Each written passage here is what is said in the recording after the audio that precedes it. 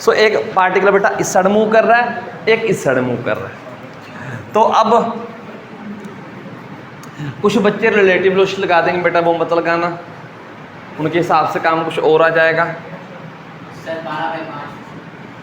अब देखते हैं बेटा क्या आएगा सेंटर ऑफ मास की वेलोसिटी m1 v1, चलो वेक्टर फॉर्म में लिख देते हैं m2 v2 divide by m1 plus m। जिन बच्चों को नहीं पता बेटा ये एक फॉर्मूला होता है सेंटर ऑफ मास का। m1 बेटा आपका मान लो 2 है और वेलोसिटी बेटा इसकी कितनी है 3। इस डायरेक्शन को पॉजिटिव मान लो, मानना है तो यहाँ बेटा उसको पॉजिटिव मान लो, मर्जी है। मैं इसको पॉजिटिव मान रहा हूँ, उसको नेगेटिव मान रहा हूँ। माइनस 3 इंटू डिवाइड में बेटा दोनों का प्लस करोगे तो 5 आ जाएगा, ऊपर 0 नीचे 5, तो आंसर 0 आ गया। तो 0 बाय, कहोगे सर नेगेटिव साइन ही क्यों लिया? भाई वेक्टर है ना, ये भी एक वेक्टर आएगा और ये भी एक वेक्टर आएगा। एक वेक्टर बेटा इधर जा रहा है, एक इधर जा रहा है, अपोजिट डायरेक्शन में। वही तो बता रहा हूँ मैं भाई, आप मजाक कर रहे हो मेरे साथ। मैंने कहा भी कुछ बच्चे सोचेंगे नेगेटिव कैसे आया, तो नेगेटिव इसलिए आया कि ये दोनों वेक्टर हैं, ये भी वेक्टर है बेटा, ये भी वेक्टर है, और वेक्टर बेटा अपोजिट डायरेक्शन में है। तो मैंने एक ट्रिक भी बताई थी, अगर दो वेक्टर अपोजिट डायरेक्शन में हो तो बड़े में छोटे वाला माइनस कर लो, अगर सेम डायरेक्शन में हो तो बेटा ऐड कर लो। अगर किसी एंगल पर है तो बेटा जो मेन फॉर्मूला है आपका A square plus B square plus 2ab cos theta, तो ये लगा दे। ये भी इन्हीं से बनकर आया यार, जब अपोजिट डायरेक्शन में तो 180, तो वो माइनस आ जाएगा, तो ए स्क्वायर सॉरी ए माइनस बी का होल स्क्वायर उसका फॉर्मूला बन जाएगा। वो अंडर रूट से कट जाएगा तो a माइनस बी आ जाएगा या b माइनस से। आपने कॉम्प्लेक्स नंबर किए होंगे, फंक्शन भी किए होंगे, तो अंडर रूट के अंदर नेगेटिव फंक्शन का बेटा कभी नहीं आता, नेगेटिव वैल्यू कभी नहीं आती। इसको ओपन कैसे करना है? ऐसे लिख देना बेटा, पाप हो जाएगा कि a माइनस बी लिख दो सर, क्या पता a छोटा हो b बड़ा हो। तो हमेशा ये मोड के साथ आता है, मतलब आपका एक्स स्क्वायर इक्वल टू हमेशा मोड x आएगा, तो पॉजिटिव लेना है। इसीलिए कुछ बच्चे बायो के होते हैं, हम सीधा कह देते हैं कि ज़्यादा में से छोटी वाली माइनस कर देना, तो वो पॉजिटिव रहेगा ना ओवरऑल। तो ये याद रखना। तो यहाँ पर बेटा अपोजिट डायरेक्शन थी तो सब्ट्रैक्ट कर दी। देखो आज रोटेशनल मोशन को अच्छे से स्टडी करेंगे, ठीक है ना। तो उसके लिए कुछ चीज़ों की ज़रूरत पड़ेगी। रोटेशनल मोशन में वैसे था क्या? प्योर रोटेशनल मोशन क्या था? ऐसा मोशन जिसमें किसी बॉडी की जो एंगुलर वेलोसिटी है, सभी पार्टिकल की एंगुलर वेलोसिटी क्या रहती है?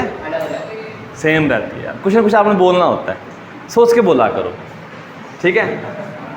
तो मतलब प्योर रोटेशनल, कोई बॉडी अगर घूम रही है बेटा, सभी पार्टिकल की एंगुलर वेलोसिटी किसी एक टाइम पर सेम रहेगी, अलग अलग टाइम पर अलग अलग हो सकती है। ये भी मान लो ये पंखा घूम रहा है, अब इनके बेटा जो भी इसके पर के ऊपर बेटा जो पार्टिकल बैठे हैं उनकी कुछ एंगुलर वेलोसिटी है। अगर आगे सर्दी आ जाएगी तो थोड़ा सा कम कर देंगे, फिलहाल यहाँ बटन नहीं है तो कम हो जाएगी इनकी वेलोसिटी, तो एंगुलर वेलोसिटी भी कम हो जाएगी। तो बेटा लेकिन है तो सभी की सेम ना, बात समझ में आई कि नहीं आई? है तो प्योर रोटेशनल, फिर भी कम कम घूमेगा फिर भी प्योर रोटेशन।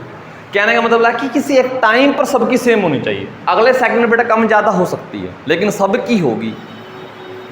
समझ में आई नहीं आई? भाई मान लो जैसे प्योर ट्रांसलेशनल मोशन क्या था? प्योर ट्रांसलेशन, एक बॉडी एक जगह से दूसरी जगह पर मूव कर रही है, तो सभी पार्टिकल की वेलोसिटी सेम किसी एक टाइम पर। अगर मैं इसको आराम से चला और तेज भी कर दूंगा रहेगा तो बेटा प्योर ट्रांसलेशनल ही। तो यहाँ पर वेलोसिटी बेटा कुछ अलग थी, अगले सेकंड तेज कर दिया अलग होगी, अगले सेकंड अलग होगी, लेकिन जिस सेकंड की बात करोगे उस सेकंड सभी की क्या होगी? सेम हो, आगे पीछे कम ज़्यादा हो सकती है। तो प्योर रोटेशन, रोटेशन आता कि इनकी वजह से बेटा ये भी देखेंगे। एक टर्म आती है मोमेंट ऑफ फिजिकल क्वांटिटी, ये मोमेंट निकालें। कोई फिजिकल क्वांटिटी है उसका रोटेशनल में कितना हाथ है बेटा, उसको बोलते हैं मोमेंट ऑफ फिजिकल क्वांटिटी। ठीक है ना, मोमेंट ऑफ फिजिकल क्वांटिटी। इसका फॉर्मूला होता है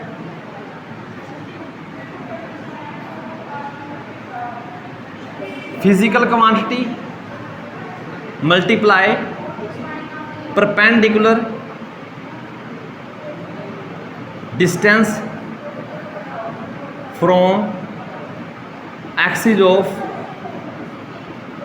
रोटेशन।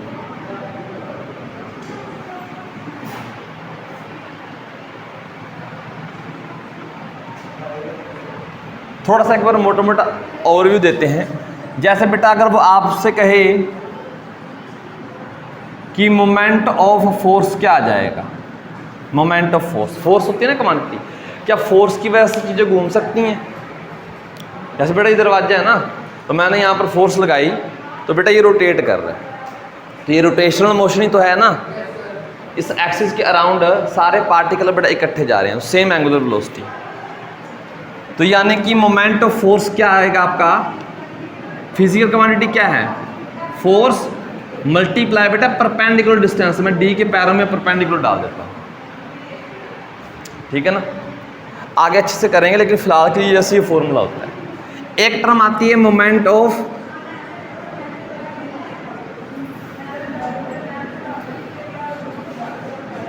मोमेंटम,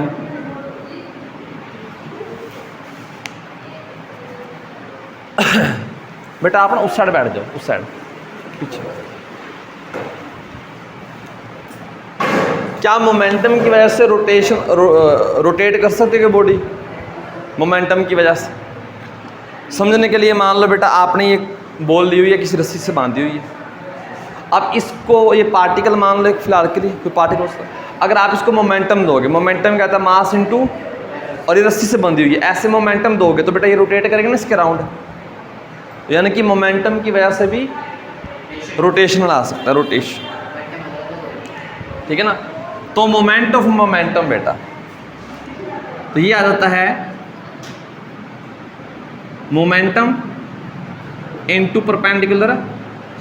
अच्छा, मोमेंट ऑफ फोर्स बेटा इस इतने बड़े नाम की जगह पर आप यूज कर सकते हो टॉर्क, और फॉर्मूला बेटा बन गया फोर्स इनटू परपेंडिकुलर डिस्टेंस। आगे अच्छे से भी करेंगे। मोमेंट ऑफ मोमेंटम बेटा इसको बोलते हैं एंगुलर मोमेंटम। मोमेंटम की जगह पर बेटा पी यूज करते तो पी क्रॉस परपेंडिकुलर डिस्टेंस। दो चीज़ों के ऊपर पकड़ बना लो बेटा, न्यूमेरिकल लगभग सेम सेंस के हैं, सेम टाइप के आएंगे।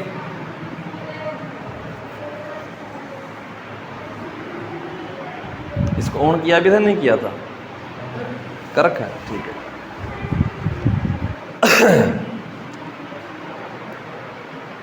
अब शुरुआत करते हैं बेटा टॉर्क से, पूरा डिटेल में जाते हैं कि टॉर्क है क्या।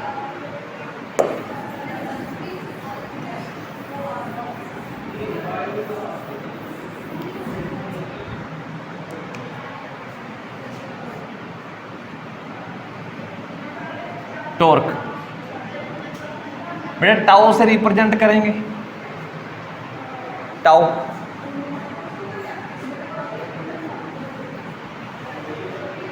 वहां पर लिखा होगा टाउ कहीं ना कहीं ना, ये वाला।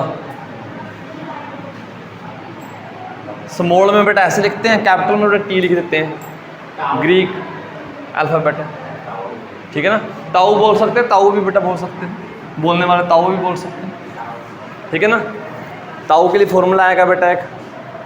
अच्छा, ये है क्या भी बताया, फोर्स की वजह से जो रोटेशन आपको मिल रहा है, यानी कि turning effect of force.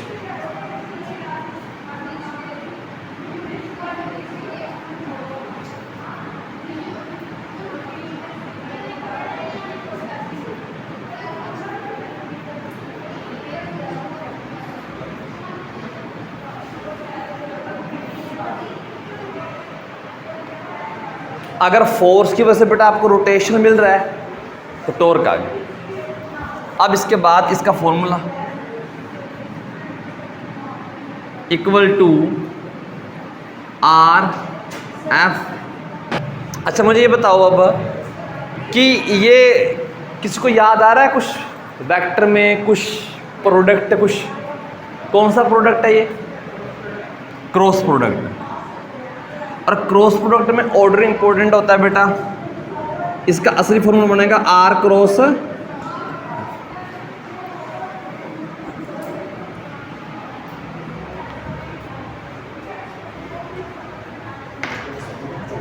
F cross R में बेटा क्या फर्क होगा?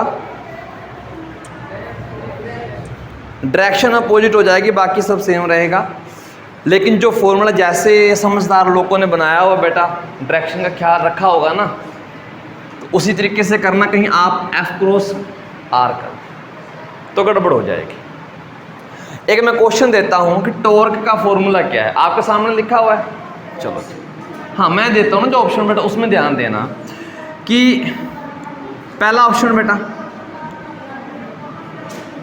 Tau equal to F cross R. दूसरा ऑप्शन बेटा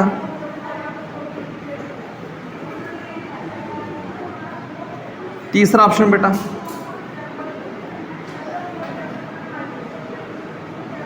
और चौथा ऑप्शन बेटा देखते हैं बेटा क्या हाल चाल रहते हैं आपके।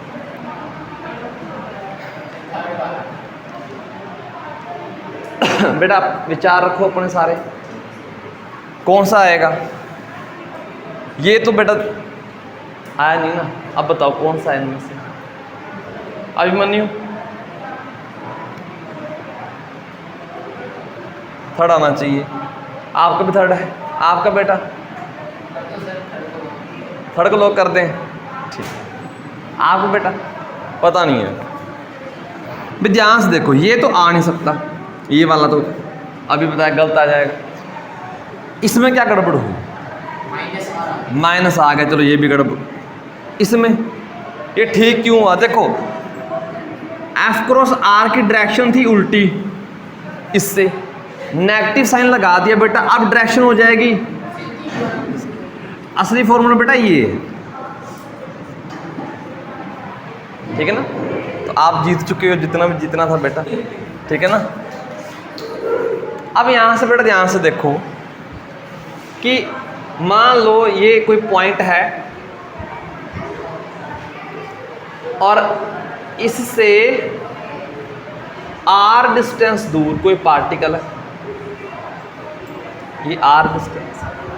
आपने बेटा देखो यहां से ये ओरिजिन मान लो, यहां से फोर्स लगा दिया बेटा इस डायरेक्शन में।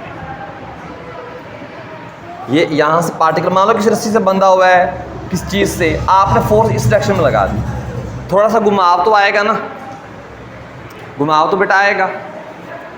और ये फॉर्मूला भी सामने लिखा हुआ टॉर्क का, आर क्रॉस एफ। यहां पर ध्यान से आर की डायरेक्शन कैसे लेनी है बेटा, सबसे ज्यादा इंपॉर्टेंट है।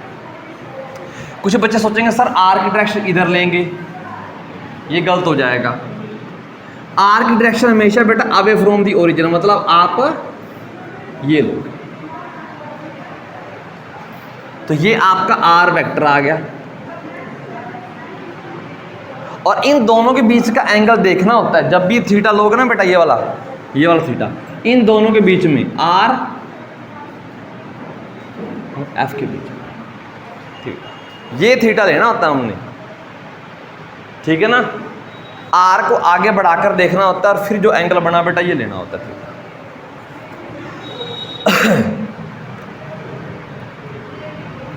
इसी फॉर्मूले को बेटा जो ये लिखा हुआ, एक तो बेटा ऐसे लिख सकते हो, एक ऐसे लिख सकते हो, एक और तरीके देखते हैं, दो तरीके बेटा और पढ़ते हैं। अब ध्यान से देखो,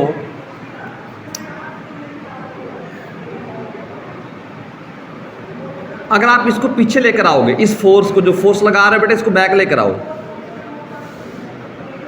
ये आएगी। इससे इसके ऊपर परपेंडिकुलर डालना बेटा कहीं, ये आएगा परपेंडिकुलर, मतलब ये हमने कुछ अपनी तरफ से कंस्ट्रक्शन की हुई है, 90 डिग्री आ गया। इसको मान लो बेटा आप पॉइंट एम मान लो, इस ओ एम को आप क्या मान लो, डी मान लो। डी की वैल्यू निकालना ट्रिग्नोमेट्री का यूज करके। ये आर है, ये थीटा है 90 डिग्री जो भी है, और अगर ये थीटा तो बेटा ये भी कितना आएगा, थीटा आएगा ना, वर्टिकल अपोजिट एंगल निकालना बेटा कितना आएगा, डी की वैल्यू निकालना इस ट्रायंगल से। साइन थीटा यूज कर लो, साइन थीटा निकाल कर देखना इससे क्या आएगा। Sine theta equal to perpendicular D divide by hypotenuse का मैग्नीट्यूड बेटा इसका आर, तो यानी कि डी क्या आ जाएगा, आर साइन थीटा, यही आएगा ना बेटा। तो यानी कि जो टाउ का फॉर्मूला आया बेटा ये कितना आया, आर साइन थीटा बेटा क्या है, डी है ना, तो यानी कि एफ, इस डी को परपेंडिकुलर डिस्टेंस बोल सकते हो। अगर आपने मैथ में कोई क्वेश्चन किया हो, मैं पूछूं बेटा इस पॉइंट की ना इस लाइन से डिस्टेंस बताओ कितनी है, तो कौन सी बताते हो, परपेंडिकुलर, क्योंकि अगर आप परपेंडिकुलर, ये सबसे छोटी डिस्टेंस होती है बेटा ये वाली। अगर इधर जाओगे तो बेटा बड़ी आ जाएगी हमेशा, और बड़ी का बेटा कोई फिक्स वैल्यू नहीं है अभी कितनी बड़ी आ सकती है। समझ गए बात को भाई, यहाँ से यहाँ तक की सबसे छोटी डिस्टेंस यही है ना इस लाइन से। यहाँ से इधर जाओगे तो बेटा इससे तो बड़ी आएगी, yes, sir। इधर भी बड़ी आएगी, तो बड़ी का तो बेटा कोई एंड है ही नहीं, कहाँ क्या वैल्यू ले सकते हो, लेकिन सबसे छोटी यही आएगी परपेंडिकुलर डिस्टेंस। तो यानी कि ये डी के पैरामीटर लिख दो, ये क्या है, परपेंडिकुलर डिस्टेंस। तो फॉर्मूले को ऐसे भी याद रख सकते हो। समझ के बात को, नहीं समझे, हद हो यार आपकी। आर साइन थीटा को डी लिख दिया इस फॉर्मूले में, आर साइन थीटा की जगह पर डी डाल दिया, एफ बच गया, साथ में डी आ गया बस। और डी है क्या, परपेंडिकुलर डिस्टेंस। जैसे क्वेश्चन भी आप कर सकते हो क्या, कि मान लो बेटा ये आपका एक्स वाई प्लेन है, ये पार्टिकल है कोई, सॉरी ओरिजिन है आपका, और एक पार्टिकल बेटा यहां पर मूव कर रहा है,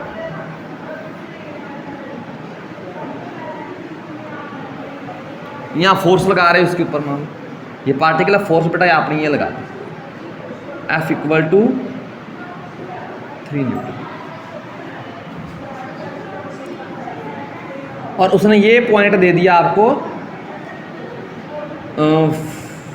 5,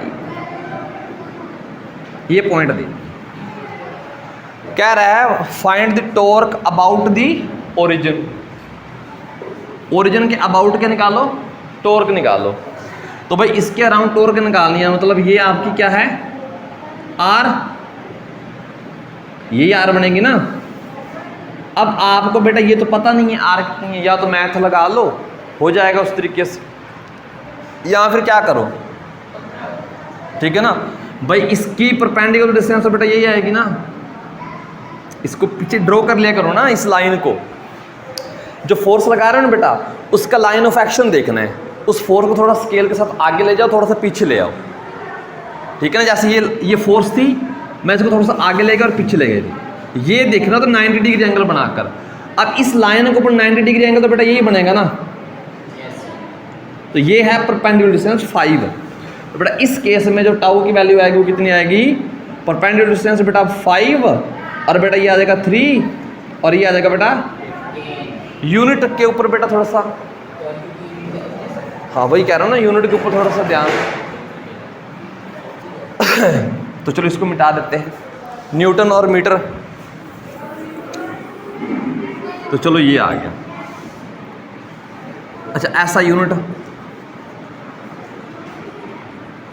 बेटा डिस्टेंस की क्या होती है, मीटर, और फोर्स की बेटा न्यूटन, तो ये आ जाएगा न्यूटन। न्यूटन मीटर किसी और की भी थी, यस सर, किसकी थी, एक मिनट बताइए। हाँ जी force by distance, work done की थी, शुक्र है बेटा, कहीं से फोर्स बाय डिस्प्लेसमेंट और फिर वर्क डन आ गया एकदम से, चलो शुक्र है बेटा। तो न्यूटन मीटर बेटा वर्क डन की यूनिट थी बेटा, उसे जूल भी बोल देते थे ना, तो मतलब टॉर्क की यूनिट जूल। तो यहाँ से एक पता चलती है, दो फिजिकल क्वांटिटी जिनकी यूनिट सेम है वो सेम नहीं भी हो सकती, टॉर्क और वर्क डन। वर्क डन बेटा स्केलर था, टॉर्क वेक्टर आ गई। तो बेटा एक पॉइंट ये हो गया, दूसरा क्या लिख सकते हो, टॉर्क क्या है आपकी वेक्टर क्वांटिटी। डायरेक्शन क्या लोगे बेटा, डायरेक्शन, टॉर्क की डायरेक्शन बेटा कैसे दोगे, आर क्रॉस एफ कर रहे हो ना, I gap. ये आर है, आर क्रॉस एफ बेटा राइट हैंड थंब रूल से डायरेक्शन दोगे तो अपवर्ड आ जाएगी, ऐसे टॉर्क अपवर्ड आ जाएगी। क्रॉस प्रोडक्ट की डायरेक्शन हमेशा कैसे देते हैं, राइट हैंड थंब रूल से। जो पहले लिखा है बेटा उसको पकड़ो आर, आर से बेटा एफ की साइड जाओ, आर क्रॉस एफ, यानी कि डायरेक्शन दे सकते हो आप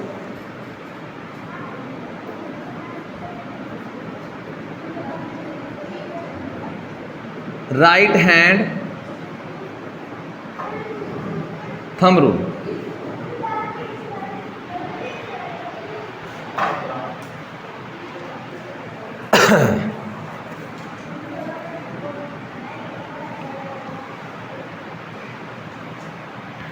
तो बेटा डायमेंशन फॉर्मूला था जूल का, बेटा बताने की जरूरत नहीं है ना, वो कर लेना।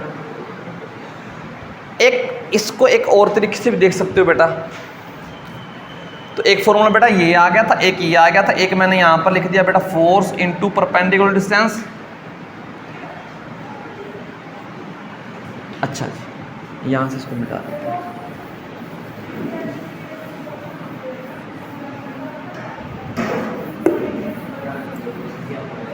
एक बेटा इसको छोड़ दो अगर आप इसको नहीं लेना चाहते तो। आप ना फोर्स के दो कंपोनेंट बना लो, फोर्स को डिवाइड कर सकते हो ना, रिजोल्व कर सकते हो बेटा। इधर जो आएगा F और जो बेटा इधर आएगा F साइन थीटा। तो जो फॉर्मूला बेटा मेन था F साइन थीटा को क्या लिख दो, नहीं ये F साइन थीटा ये है क्या, परपेंडिकुलर फोर्स है ना। Yes sir. तो यानी कि आप टाओ का फॉर्मूला ये भी लिख सकते हो कि perpendicular force into R, perpendicular component ले सकते हो आप फोर्स का और साथ में आर का। क्वेश्चन के ऊपर डिपेंड करता है भी कौन सा रास्ता आसान रहेगा, पहुंचा लगभग सारे देंगे।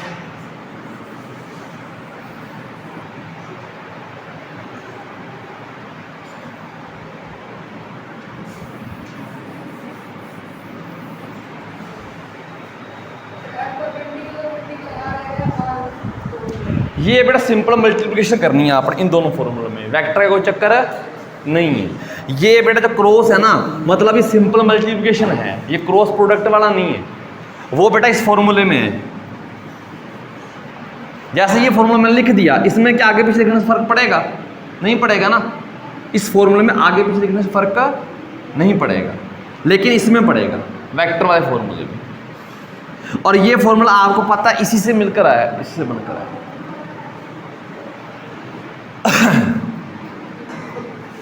ये आपको मैग्नीट्यूड देगा, ध्यान रखना। ये फॉर्मूला आपको सिर्फ मैग्नीट्यूड देंगे, ये भी ओनली मैग्नीट्यूड।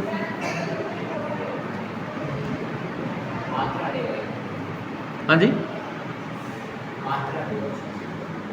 पास करवा देंगे। क्या बोल रहे हैं? अच्छा,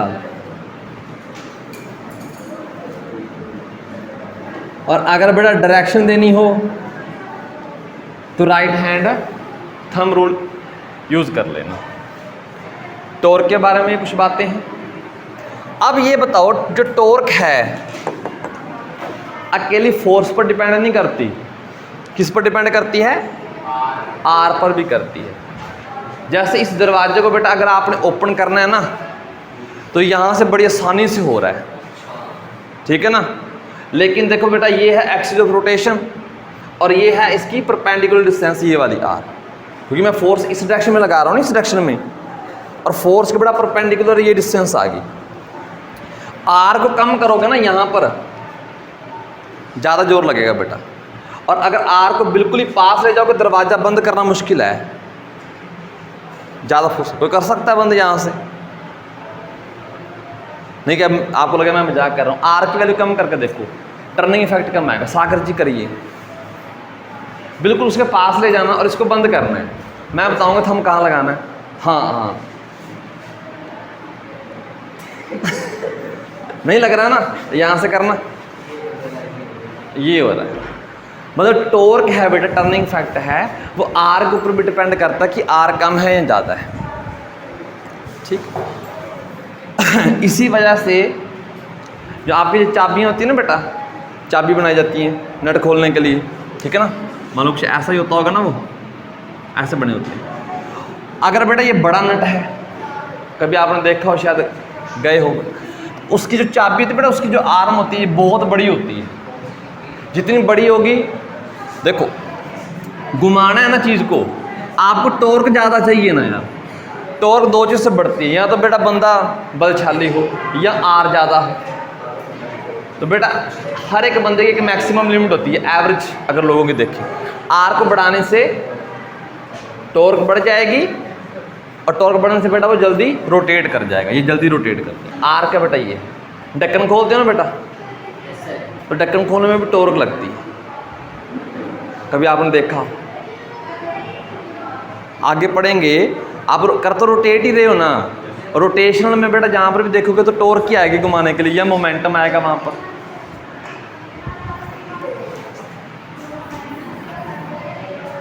अच्छा, तो मतलब अगर आर की वैल्यू 0 हो जाए, जैसे इसने की थी, आर की वैल्यू लगभग 0 के बराबर है ना, तो टॉर्क की वैल्यू, आपके साथ धोखा हुआ बेटा, आपके केस में टॉर्क की वैल्यू क्या थी?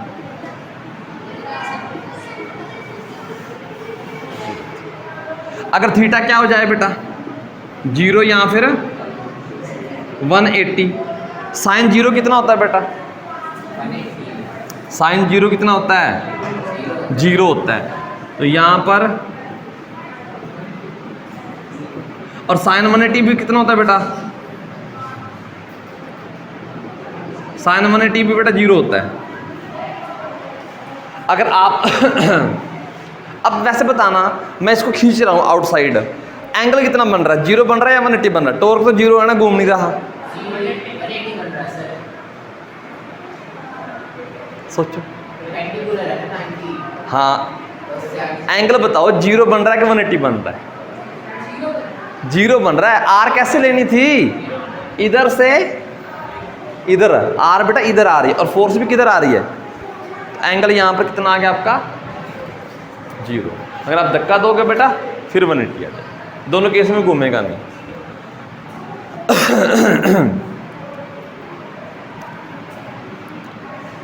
और टॉर्क मैक्सिमम कब होगी बेटा? आर एफ साइन, मतलब आराम से घूमना चाहिए ना, आराम से घूमना चाहिए। यहाँ पर एक छोटा सा गड़बड़ी वाला एक केस है, जैसे बेटा जैसे ये मान लो कोई चीज़ यहाँ पर, जैसे दरवाजे पे भी करके देखेंगे, मान लो ये है आपका दरवाजा, जैसे ये होगी बेटा आर, मान लो इसके अराउंड निकालना है आपने, ये आर होगी, और कोई बंदा फोर्स कैसे लगा रहा है, इसको इस डायरेक्शन में खींच रहा है नीचे की तरफ। अब एंगल कितना है बेटा? 90 है, ये आर है और फोर्स नीचे लग रही है, एंगल कितना हो गया बेटा? 90। तो क्या ये घूमेगी? तो टॉर्क तो मैक्सिमम थी ना, तो यहाँ पर गड़बड़ है। जैसे दरवाजा है बेटा, अगर कोई बच्चा इसके साथ लड़के जाए नीचे की तरफ, अब मैं फोर्स नीचे लगा रहा हूँ, और आर बेटा किधर है? 90 डिग्री बन गया ना, टॉर्क मैक्सिमम, तो घूमा तो नहीं बेटा। तो टॉर्क जो होनी चाहिए ना हमेशा अलोंग एक्सिस ऑफ रोटेशन होनी चाहिए। भाई इसमें घूमने वाला एक्सिस कौन सा था? ये वाला था ना। और टॉर्क की डायरेक्शन निकालना, जब मैंने फोर्स लगाई किस डायरेक्शन में आएगी?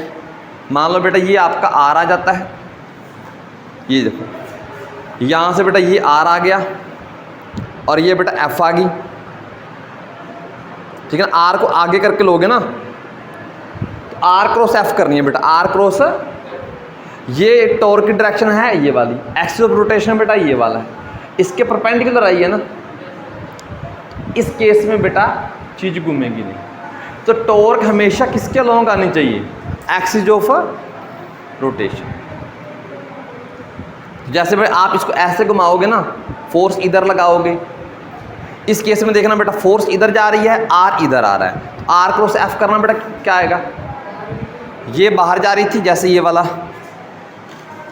ये बाहर जा रही है आर, और ये बेटा एफ है, तो क्या करना था, आर क्रॉस नीचे चला गया ना, मतलब ये ऐसा केस था, नीचे चला गया मतलब along the axis of rotation.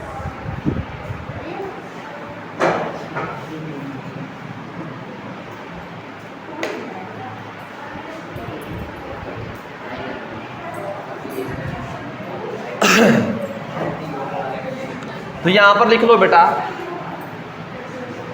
Torque must be along the axis of rotation. तो टॉर्क एक्सिस ऑफ रोटेशन की अलोंग आनी चाहिए।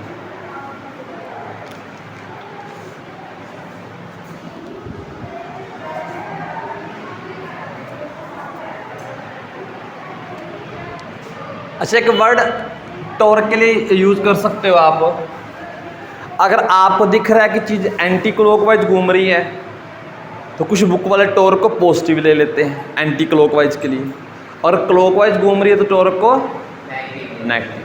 कुछ बुक में बेटा ये करते हैं कि अगर एंटी क्लॉकवाइज है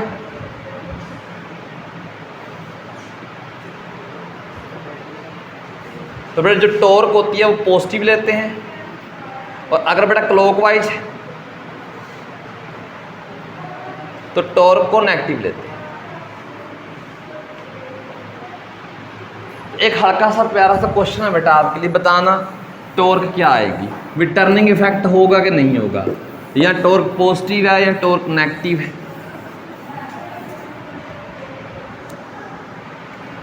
एक स्केल लेते हैं बेटा, और यहां से स्केल बेटा फिक्स कर दिया, ये यहां से एक फोर्स बेटा यहां पर लगाई जा रही है, ये F1 फोर्स मान, एक फोर्स बेटा यहां पर लगाई जा रही है, इसको F2 मान, एक फोर्स यहां पर लगाई जा रही है F3 मान, और एक फोर्स बेटा यहां पर लगाई जा रही है। आपने हर फोर्स को अलग अलग मानना है। पहले बताओ अलग अलग फोर्स, इसकी वजह से, इसकी वजह से, इसकी वजह से, इसकी वजह से रोटेशनल इफेक्ट आएगा या नहीं आएगा।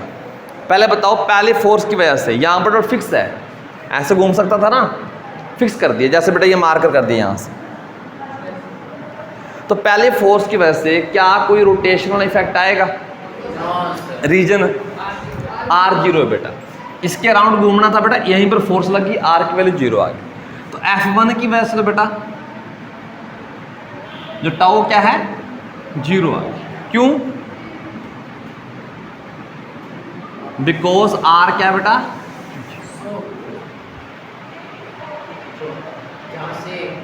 हाँ जहां से घूमना था ना वहीं पर फोर्स हो, जैसे आप लगा रहे थे। अगला बेटा इसकी वजह से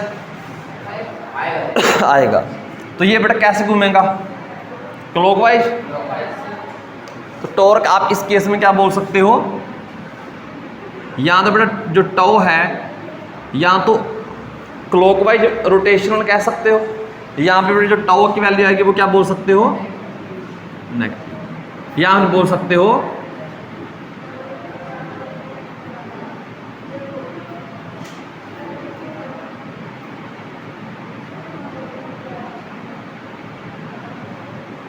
रोटेशनल मोशन को।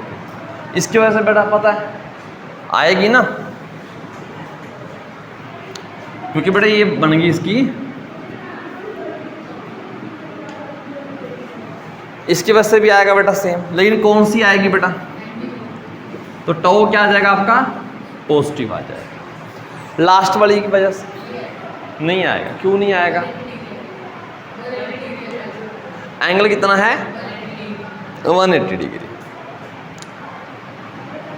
क्योंकि बेटा आर आपने हमेशा ये लेनी होती है, देखो ध्यान से, ये आर इधर आएगी और फोर्स इधर जा रही है, थीटा 180 डिग्री है। केवल सब कुछ बुलाकर बेटा वो यही पूछ ले कि इस केस में आर वेक्टर और एफ के बीच में एंगल कितना है।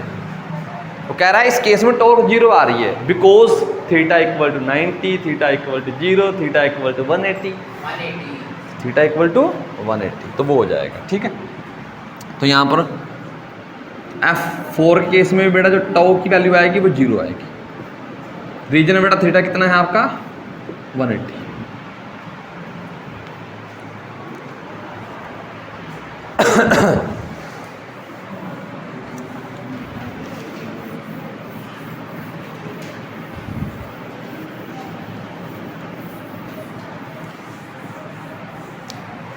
क्रॉस प्रोडक्ट बेटा करना सिखाया था मैट्रिक्स वाले मेथड से, डिटरमिनेंट वाले मेथड से। तो पहले मैं बता देता हूँ बेटा, मान लो आपके पास एक वेक्टर है a 2i plus j plus 4k, और एक बेटा b वेक्टर है 3i माइनस j प्लस, आसानी ले लो बेटा k। आपने इनका क्या करना है क्रॉस प्रोडक्ट। अगर बेटा आपने a क्रॉस b करना है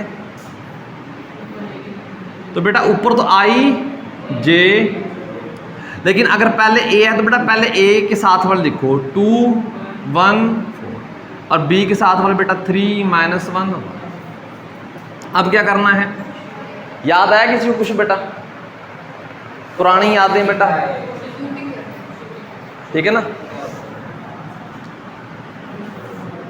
भाई। यहाँ प्लस का साइन होता था, यहाँ माइनस, यहाँ प्लस।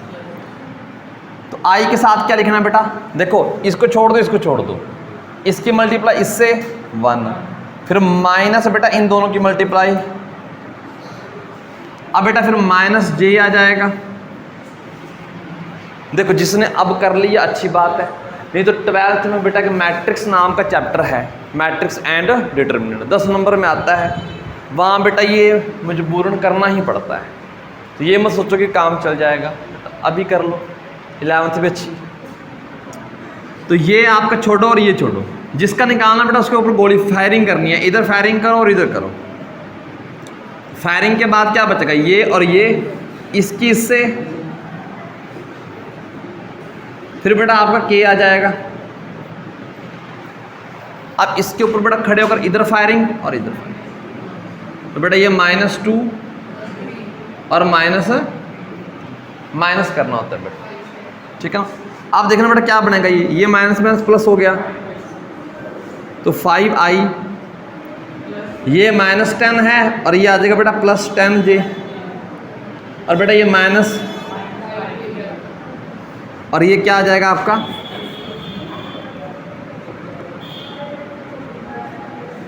शायद तब ना आपको इस टॉर्क के फॉर्मूला नहीं पता था टॉर्क का, फिर भी मैंने एग्जांपल दिया होगा कि बेटा ना फिजिक्स में एक टॉर्क आती है R क्रॉस F नाम से, R भी दे दिया F भी दे दिया, बेटा टॉर्क निकालनी है। मान लो एक क्वेश्चन आपके लिए बेटा R कितना है 2i minus j minus, F कितना है बेटा आपका i प्लस j प्लस के। आसान कर दिया बेटा काम आपको। आपने टॉर्क निकालनी है बेटा, कितनी आएगी निकालोगे, करो कोशिश बेटा, फटाफट टॉर्क निकाल दो। आ गया, मैग्नीट्यूड बताओ कितना आएगा, मैग्नीट्यूड वेक्टर तो आएगा बेटा, फिर मैग्नीट्यूड भी निकालना आपने। √18 वेक्टर क्या है प्रियम, -3 + 3 यही आया। तो मैग्नीट्यूड बेटा जब निकाला होगा तो क्या किया होगा, इसका मैग्नीट्यूड, इसका स्क्वायर 9 आ गया, इसका 9, तो ये बेटा आ गया आपका, इसको ये भी तो लिख सकते हो ना आई थिंक,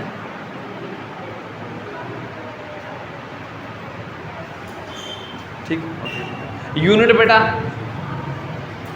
न्यूटन मीटर या आप जूल लिख सकते हो। ठीक,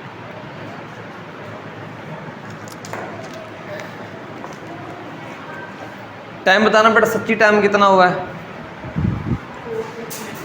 4:38 है, इसने ज़्यादा पीछे कर दिया। चलो एक क्वेश्चन है आपके लिए, घर से करके ट्राई आना, फिर आप चले जाना।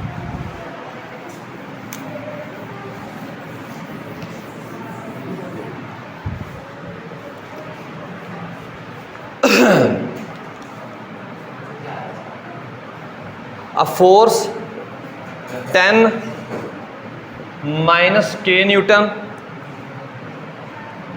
acts on origin. Find the